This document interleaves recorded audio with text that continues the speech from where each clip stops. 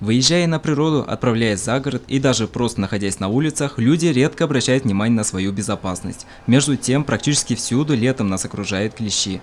Вопреки распространенному мнению, обнаружить на себе такого гостя можно не только после посещения леса или сада. Очень часто они атакуют даже в черте города. Клещ – это носитель вируса, энцефалитного вируса, который при укусе передается человеку. В случае, если клещ инфицирован этим вирусом, то неминуемо человек заболевает.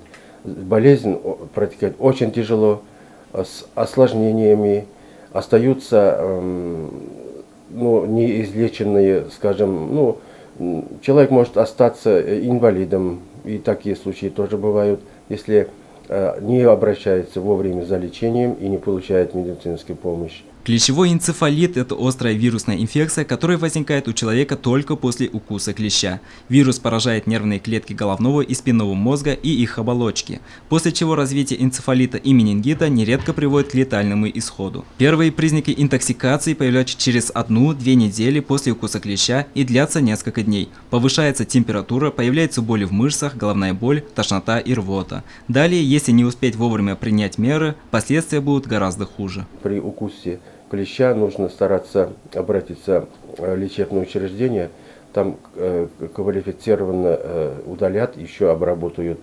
антисептиком. Если это ребенок обязательно получит профилактическое лечение. Для этого тоже есть иммуноглобулин противоклещевой, который назначается детям бесплатно. Обязательно необходимо проверить, удаляя клеща, надо проверить, инфицирован ли этот клещ вирусной инфекцией.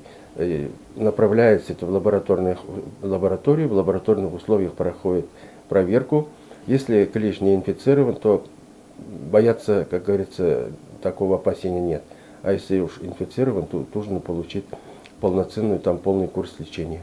Для того, чтобы максимально обезопасить себя, специалисты рекомендуют надевать одежду монотонных оттенков и с резинками на рукавах и штанинах. Обувь с высоким голенищем, обязателен головной убор. При выезде на природу будет полезно использование специальных репеллентов, которые отпугивают насекомых. Ну и, конечно, в период активности клещей необходимо тщательно осматривать себя и близких по возвращению домой. Данил Алибаев, Радмир Исянголов, Любовь Карпова, телекомпания СТВ.